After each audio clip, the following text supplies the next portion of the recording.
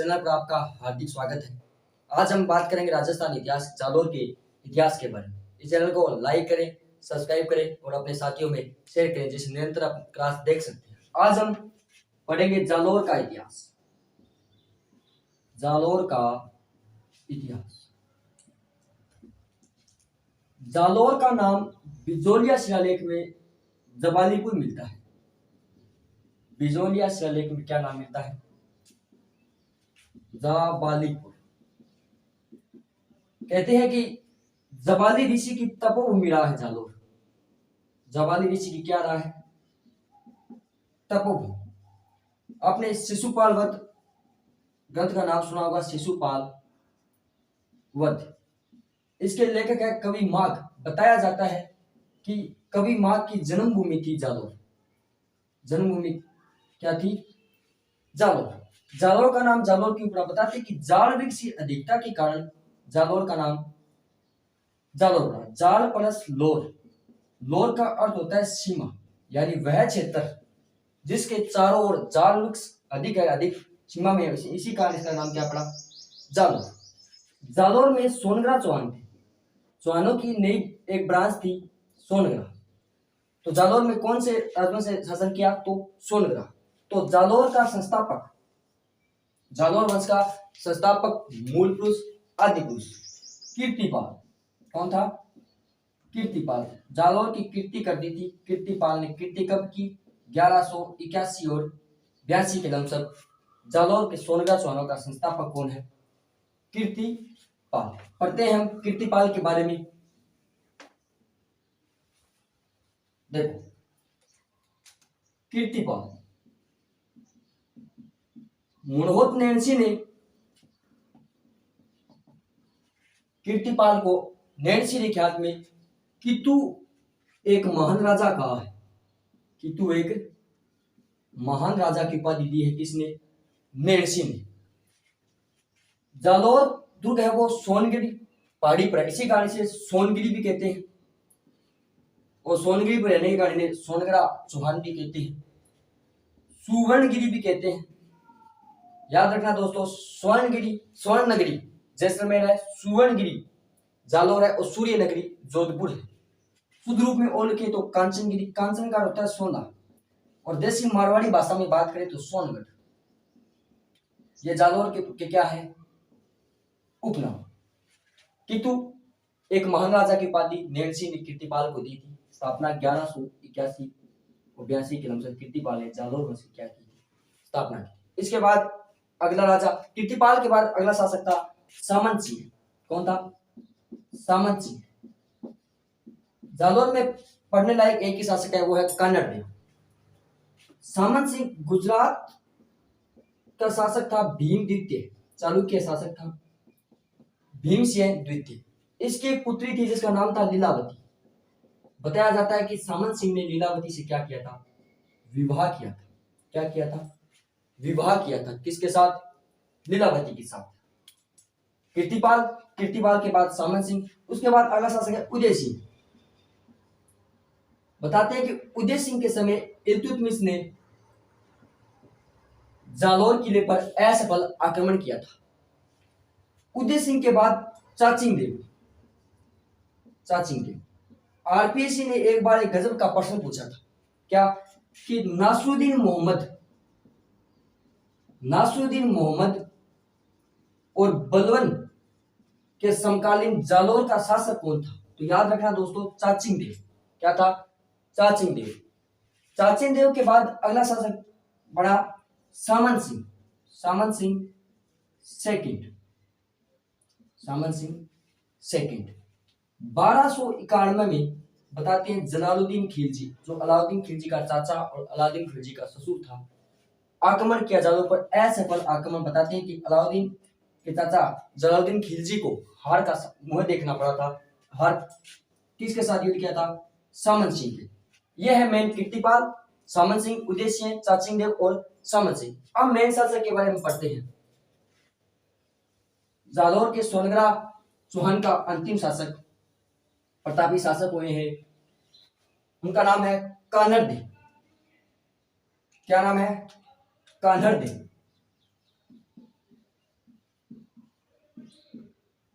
कानरदे के समकालीन दिल्ली का सुल्तान है अलाउद्दीन खिलजी। वाह जी खिलजी, मैं एक ही लिख रहा हूं, एक ही का मतलब है अलाउद्दीन खिलजी। देखो कानरदे के बारे में हमें जानकारी कहां से मिलती है? कोई तो ग्रंथ होगा जो हमें कानरदे के बारे में जानकारी देता होगा। जी हाँ, वो ग्रंथ है एक तो है कानरदे प्रबंध, एक है विरमदे सोनगरा रिवाद, विरमदे सोनगरा रिवाद। इतिहासकार फरिश्ता भी कानरदे के बारे में लिखता है और मुनहोत नैन्सी भी ख्यात में मुनहोत नैन्सी भी कानरदे के बारे में लिखता है।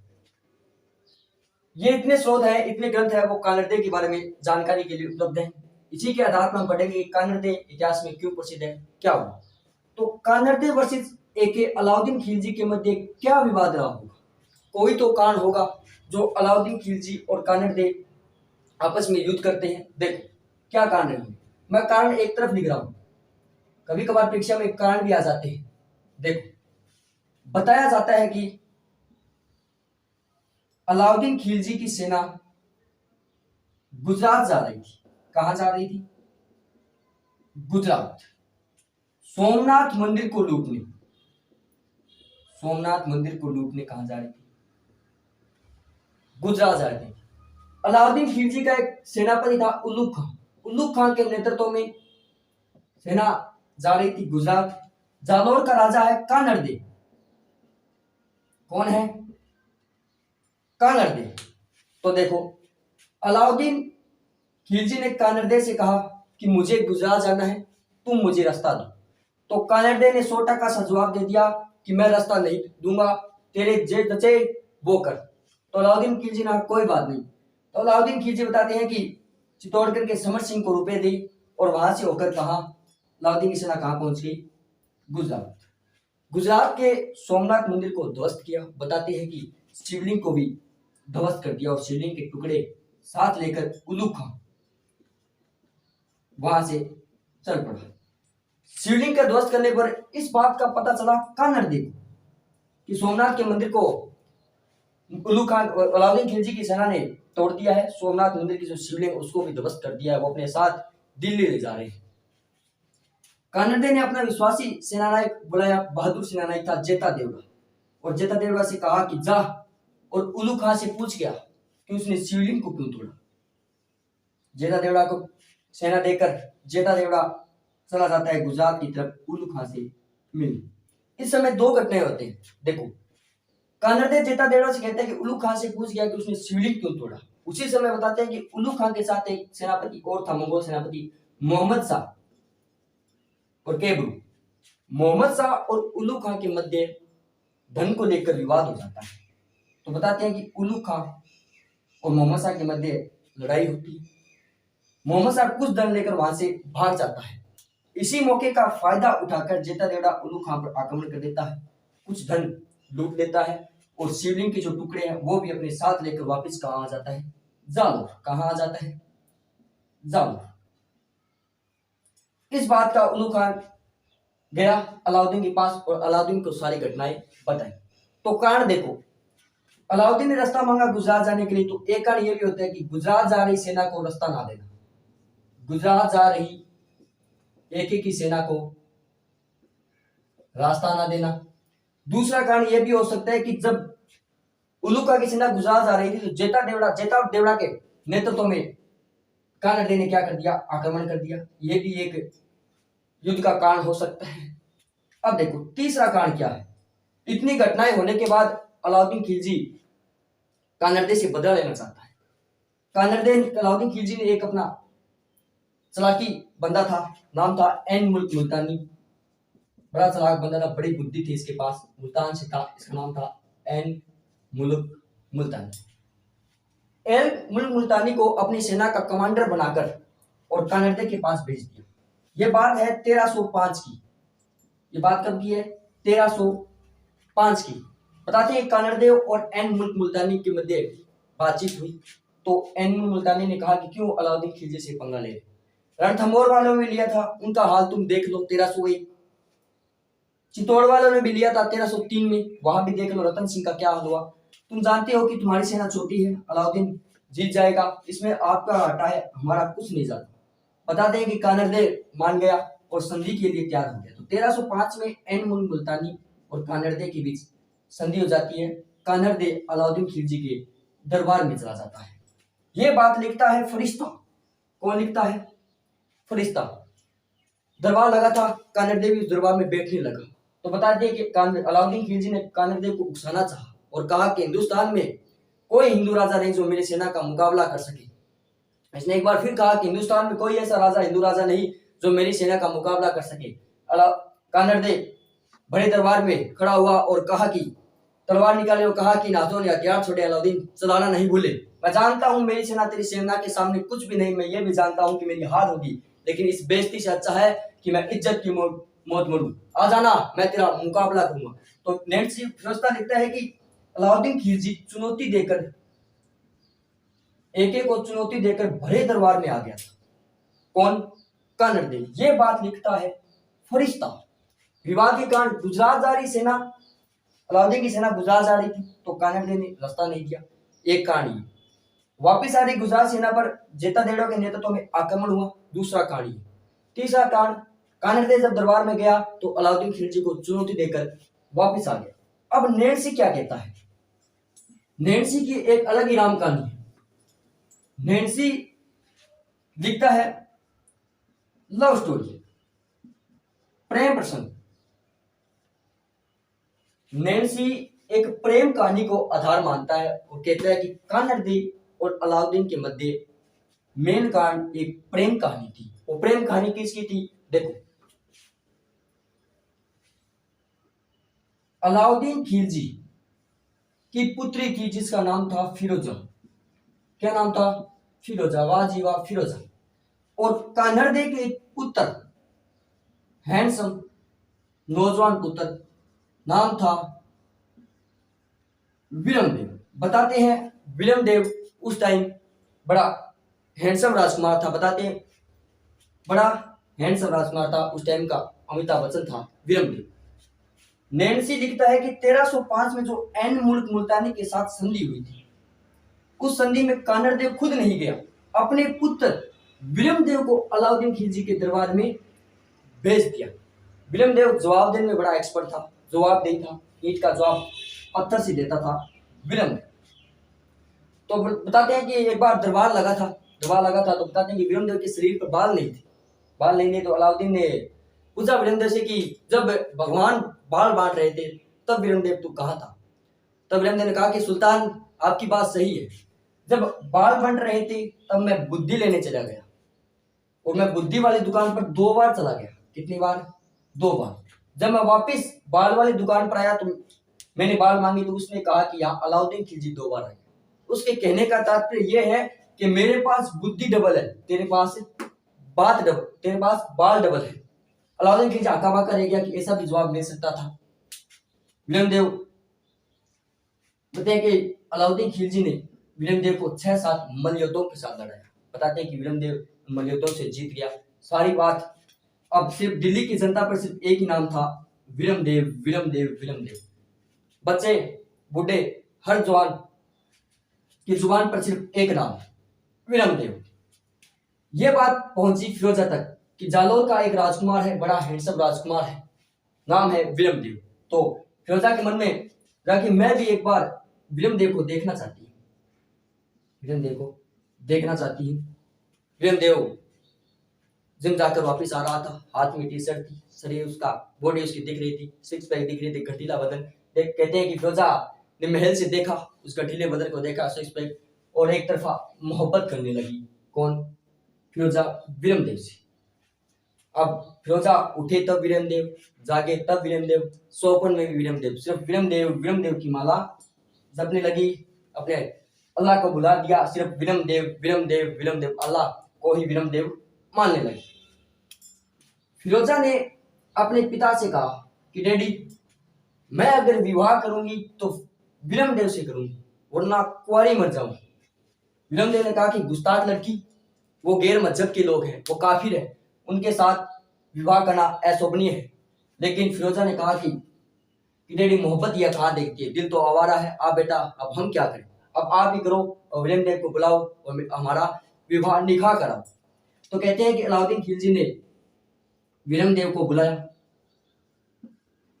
और कहा कि मैं पूरे हिंदुस्तान का बादशाह और तुम मेरे दामाद बनने वाले हो, मैं अपनी बेटी फिरोजा का विवाह तेरे साथ करना चाहता हूँ। तो विलियम देव ने कहा कि मुझे समय चाहिए। तो अलाउद्दीन खिलजी ने कहा कि तेरे पास दो चॉइस है, या तो गर्दन के लिए हार है फूलों का, या तेरे लिए तलवार है, दोनों के लिए तू गर्दन तैयार रखना, या तो तेरी हाँ होनी चाहिए या ना। अलाउद्दीन ने कहा तेरी हाँ ही होनी चाहिए, मैं हिंदुस्तान का बादशाह, तेरी हाँ ही होनी चाहिए वरना तलवार तैयार है। विलियम देव ने कहा ठीक है। विलियम देव वापिस अपने कमरे में सोचा कि क्या किया जाए। तभी विलियम देव के मोबाइल पर मैसेज आया, टिकट 50% लेस। विलियम देव ने टिकट कराई दिल्ली टू जालो और रातों रात वहां से कहाँ आ गया, अपने पिता कानड़दे के पास कहाँ आ गया, जालो। सुबह सुबह फिरोजा विलियम देव के कमरे में गई तो देखा विलियम देव गायब। इधर उधर देखा, विलियम देव कहीं नहीं मिल रहा था। ये बात फिरोजा ने अपने पिता को बताई। पिता ने सूचना अपने गुप्तचर लगाई तो पता चला कि विलियम देव रातों रात कहाँ आ चुका है, जालो आ चुका है। ये बात कौन लिखता है, नैन्सी। मुनहोत नैन्सी एक लव स्टोरी बताता है फिरोजा और विलियम देव की। अब क्या, अब अलाउद्दीन खिलजी करेगा आक्रमण। उससे पहले दो बातें और देखो। रणथंबोर दुर्ग की कुंजी है जाहिद दुर्ग। राजस्थान में दो ही दुर्ग ऐसे हैं जिनकी कुंजी है, जिनकी चाबी है। रणथंबोर दुर्ग की कुंजी है जाहिद दुर्ग और जालोर दुर्ग की कुंजी है सिवाना। जालोर दुर्ग है ये, सुगरी नदी के किनारे है जालोर, और ये है सिवाना दुर्ग। सिवाना दुर्ग को 954 ईस्वी में वीर नारायण पवार ने बनाया था। वीर नारायण पवार ने इसे बनाया था। अगर आपको जालोर दुर्ग जीतना है तो पहले सिवाना, यानी ये ताला ये चाबी, की ऑफ जालोर तो सिवाना फोर्ट। अगर सिवाना को आपको जीतना है तो पहले ये चाबी आपको चाहिए। कानड़दे को सूचना मिली कि अलाउद्दीन खिलजी सेना लेकर आ रहा है। तो बताते हैं कि कानड़दे के दो भतीजे, एक का नाम था सातल देव, एक का नाम था सोमदेव। सातल देव का नाम कुछ किताबों में शीतल देव भी लिखा है। और सातल देव की पत्नी का नाम था मेणा देव। क्या नाम था, मेणा देव। देव का होता है देवी, देव का होता है देवी। यहाँ इनको नेतृत्व में सिवाना दुर्ग दे दिया और सेना छोड़ दी। अलाउद्दीन खिलजी ने कहा कोई कमाल के व्यक्ति को बुलाया जाए, उसका नाम था कमालुद्दीन गुरु। कमालुद्दीन गुरु को सिवाना के लिए भेज दिया बड़ी सेना देकर। तो बताया जाता है कि कमालुद्दीन गुरु सिवाना आ पहुंचा। सातल देव का एक सेनापति थी भावड़ा, भावड़ा नहीं बावड़ो ही हो गया था। बताते हैं कि भावड़ा ने सातल देव के साथ विश्वासघात किया। कमालुद्दीन गुरु ने इसे लालच दिया कि मैं तेरे को राजा बना दूंगा, तो दुर्ग की कोई गुप्त राह बता। तो बताते हैं कि भावड़ा मुख्य सेनापति के रूप में था। उसमें एक सेना मोर्चा था वो कमजोर कर दिया और कमालुद्दीन गुरु दुर्ग के अंदर प्रवेश कर गया। सातल देव और सोमदेव ने केसरिया कर लिया और मेणा देव ने बताते हैं कि जोहर कर लिया। क्या कर लिया, जोहर। सिवाना का प्रथम शाखा हुआ था 1308 में। 1308 में सिवाना का प्रथम शाखा कंप्लीट। बताती है कि सिवाना का नाम बदलकर अलाउद्दीन खिलजी ने खेराबाद कर दिया था। क्या कर दिया था, खेराबाद। यह बात है 1308 की। और जालोर पर आक्रमण करेगा अलाउद्दीन खिलजी 1311 में। बचे बीच में कितने साल, 3 साल। तो 3 साल अलाउद्दीन खिलजी कहां बिजी था, यही तो मेन बात है कि अलाउद्दीन खिलजी कहां था। देखो, अलाउद्दीन खिलजी ने कमालुद्दीन गुरु को कहा कि अब जालोर दुर्ग पर आक्रमण की तैयारी की जाए। तभी फिरोजा ने अपने पिता से कहा कि डैडी विलियम देव को कुछ नहीं होना चाहिए, उसका एक बाल भी बांका नहीं होना चाहिए, मुझे विलियम देव चाहिए। तो अलाउद्दीन ने कहा कि वो अब काफिर हो चुका है, वो मुझे युद्ध के लिए चुनौती दे रहा, अब मुझे जाना पड़ेगा। लेकिन फिरोजा ने मना कर दिया कि एक बार मैं विलियम देव और कानड़दे से मिलना चाहती हूँ। तो तो बताते हैं कि फिरोजा जालोर आई, अपनी गाड़ी स्कॉर्पियो लेकर जालोरा पहुंची। बताते हैं कि कानरदे ने जालोर में फिरोजा का भव्य स्वागत किया अपनी राजपूती कल्चर से। बड़ा दरबार लगा था, विरमदेव को बुलाया, विरमदेव भी वहीं था। तो फिरोजा ने कहा कि मैं आपके पुत्र विरमदेव से प्रेम करती हूँ। विरमदेव से पूछा गया, विरमदेव ने स्पष्ट मना कर दिया कि डैडी ऐसी कुछ बात नहीं है, मैंने आज तक इसे मैसेज नहीं किए, हर्ट वाला इमोजी भी नहीं भेजा। आपको विश्वास ना हो तो मेरा मोबाइल देख सकते हैं। कानरदे ने मोबाइल चेक किया, हिस्ट्री में कुछ नहीं मिला। तो कानरदे ने कहा कि ऐसी तो कोई बात नहीं। फिरोजा कहती है, फिरोजा वहां से वापिस दिल्ली आ गई। फिरोजा के बताते हैं कि माँ नहीं थी, एक दाई माँ थी जिसका नाम था गुलबहिस्त। बताते हैं गुलबहिस्त भी कानरदे से मिलने आई थी फिरोजा के लिए। तो कानरदे ने 100% सा जवाब दे दिया कि हम विवाह नहीं करेंगे, हम निकाह नहीं करेंगे। अलाउद्दीन से कह दो कि जैसे वो करे, हम तैयार है युद्ध के लिए, कह दो अलाउद्दीन खिलजी से। लाते गुलबहिस्त ने अलाउद्दीन खिलजी को सारी बात बताई। अलाउद्दीन खिलजी का गुस्सा 7वें आसमान पर था। अलाउद्दीन अब बदला लेने के लिए एक विशाल सेना लेकर आएगा। कहाँ? जालोर। कहाँ आएगा? जालोर दुर्ग। कमालुद्दीन को कहा कि तुम अब सिवाना से जालोर की तरफ बढ़, मैं बड़ी सेना लेकर आ रहा हूं। बताते हैं कि जालोर को चारों तरफ से घेर लिया खिलजी की सेना, चारों तरफ से घेर लिया जालोर दुर्ग को। इतने में अलाउद्दीन खिलजी भी आ पहुंचा। इतिहासकार हसन निजामी कहता है कि इस दुर्ग का दरवाजा आज तक कोई नहीं खोल सका। क्या कहता है? कि इस दुर्ग का दरवाजा आज तक कोई नहीं खोल सका। यह कथन है हसन निजामी का। किस दुर्ग के लिए? जालोर दुर्ग के लिए। तो बताते हैं कि कानरदे का एक सेनापति था जिसका नाम था दैया बीका। क्या नाम था? दैया बीका। अलाउद्दीन ने दैया बीका को लालच दिया कि कहा कि मैं कानरदे और हिमदेव को मारने के बाद तेरे को जालोर का राजा बना दूंगा, तू मुझे जालोर दुर्ग का रास्ता बता। तो कानरदे ने कहा कि जालोर दुर्ग का रास्ता तो मुझे नहीं पता, पर इतना पता है कि इसकी एक दीवार कच्ची है। और अलाउद्दीन ने कहा जल्दबाजी में, कौन सी दीवार? तो दैया बीका ने कहा मुझे ये नहीं पता। तो कानरदे ने कहा तो तेरे को पता क्या है, तू रुपये किस चीज के ले रहा है? तो दैया बीका ने कहा कि आप राय ले आए। राई सरसों जैसी होती है, वही राई, कि आप राय ले आए और इस दुर्ग के चारों ओर डलवा दीजिए। तो बताते हैं कि राई जितने भी गांव मिले आसपास में ऐलान हो गया और सभी राय लेकर आ पहुंचे।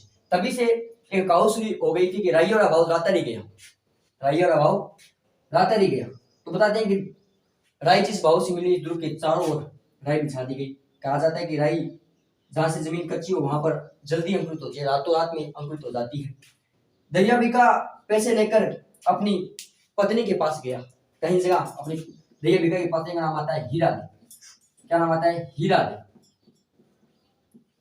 हीरा दे को जाकर पैसे दिए तो हीरा दे ने पूछा कि आप एक साधारण सैनिक, आपके पास इतने कैसे पैसे? तो दैया बीका ने कहा कि तू आम खा, बूंदली मत ले, तू दौड़ मत ले, अब तू बनेगी रानी, मैं बनूंगा राजा, मैं तेरे राजा, तू मैं रानी, राज करेंगे अब राज। अब कोई नहीं होगा, हम दोनों होंगे जालोर पर। तो बताते हैं कि दैया बीका शराब के नशे में था। दैया बीका ने सारी बातें बता दी कि मैंने अलाउद्दीन खिलजी को रास्ता बता दिया है जालोर का। हीरा दे बताते हैं कि दैया बीका को मार देती है, दैया बीका को मार देती है। राजस्थान के इतिहास में ये ऐसे वीरांगनाएं देखने को मिलती है और किसी के इतिहास में ऐसी वीरांगनाओं का जिक्र नहीं है। एक पत्नी अपने पति के आहार पर एक दुर्ग के दरवाजे नहीं खोलती है और एक माँ अपने बेटे का बलिदान दे देती है अपने राजा को बचाने के लिए। एक पत्नी जो अपनी पवित्र देह को किसी और को हाथ नहीं लगाने देती, इसी कारण जोहर कर लेती है। ऐसी कहानियां हमारे राजस्थान में देखने को मिलती है। हमारे राजस्थान में ऐसी वीरांगनाएं हुई है। राजस्थान के इतिहास में अगर देखा जाए तो इन वीरांगनाओं का बहुत बड़ा हाथ है, जो इतिहास के पन्नों के तले कुछ दबी भी हैं। उनकी बातें हम इस YouTube चैनल पर बहुत करेंगे। जालोर में अब प्रवेश हो गया था अलाउद्दीन खिलजी का। अलाउद्दीन खिलजी प्रवेश कर जाता है अब जालोर दुर्ग में। कानरदे की पत्नी थी जिसका नाम था जेतल दे, और बेटा विरम दे। अलाउद्दीन खिलजी ने कत्लेआम शुरू कर दिया, युद्ध हुआ, अलाउद्दीन कानरदे ने केसरिया कर लिया और जेतल दे ने जौहर कर लिया। ये बात है 1311 की। जालौर का साका पूर्ण हुआ। जालौर का नाम जलालाबाद कर दिया था। जैसे जालौर और जैसे जलालाबाद, याद रखने की सिर्फ यही ट्रिक होती है। जैसे जालौर जैसे जलालाबाद। छिवाड़ा का नाम खेराबाद, उसी प्रकार चित्तौड़गढ़ का नाम करेगा खिजराबाद। बताते हैं कि यहाँ पर तोप मस्जिद भी अलाउद्दीन खिलजी ने बनाई थी, तोप मस्जिद या अलाई मस्जिद। बताते हैं कि राजस्थान की दूसरी मस्जिद है।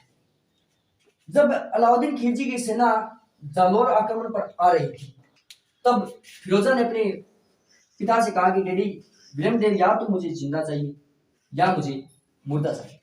तो बताते हैं कि इस युद्ध में विरमदेव का शरीर अखंड हो गया था, पैर कहीं, सिर कहीं, हाथ कहीं।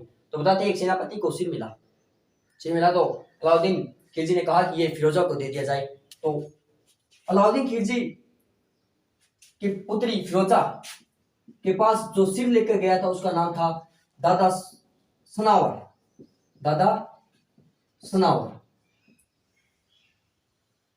यह प्रश्न आपको कहीं देखने को नहीं मिलेगा कि अलाउद्दीन खिलजी की पुत्री फिरोजा के पास विरमदेव का सिर लेकर कौन गया था।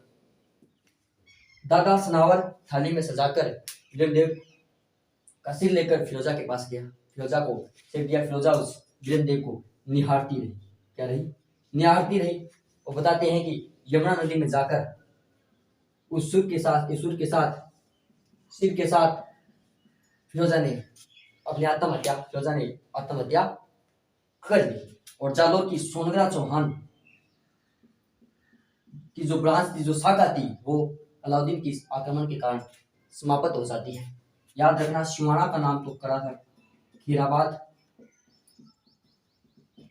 और जालौर का नाम जलालाबाद। अलाउद्दीन खिलजी ने किया था। तो मस्जिद भी यहाँ बनवाई थी। तो यह है जालौर का इतिहास और यह है विरमदेव और फिरोजा की प्रेम कहानी। कई बार सुनी है देव और फिरोजा की प्रेम कहानी। एक मुस्लिम कन्या के सामने अपना हिंदू राजकुमार विरमदेव नहीं झुकता। ये एक प्रेम की कहानी है, एक तरफा प्रेम था ये फिरोजा का। तो आज जालौर के इतिहास के बारे में हम जाना। आगे की क्लासों में और भी इतिहास के बारे में कुछ अनपहलू चीजें जो इतिहास में दबी हैं उनका वर्णन करेंगे। तो धन्यवाद दोस्तों। अगर क्लास अच्छी लगी हो तो लाइक करें, अपने साथियों में शेयर करें और ज्यादा से ज्यादा इस चैनल को सब्सक्राइब करें। और भी क्लासें यूट्यूब चैनल पर आपको देखने के मिलेगी। अनपहलू है वो इतिहास के, वो भी आपको देखने को मिलेंगे। मैथ की क्लासें, इंग्लिश की क्लासें, सब कंपटीशन एग्जाम की क्लासें आपको इस यूट्यूब चैनल पर देखने को मिलेंगी। जल्दी से जल्दी सब्सक्राइब करें।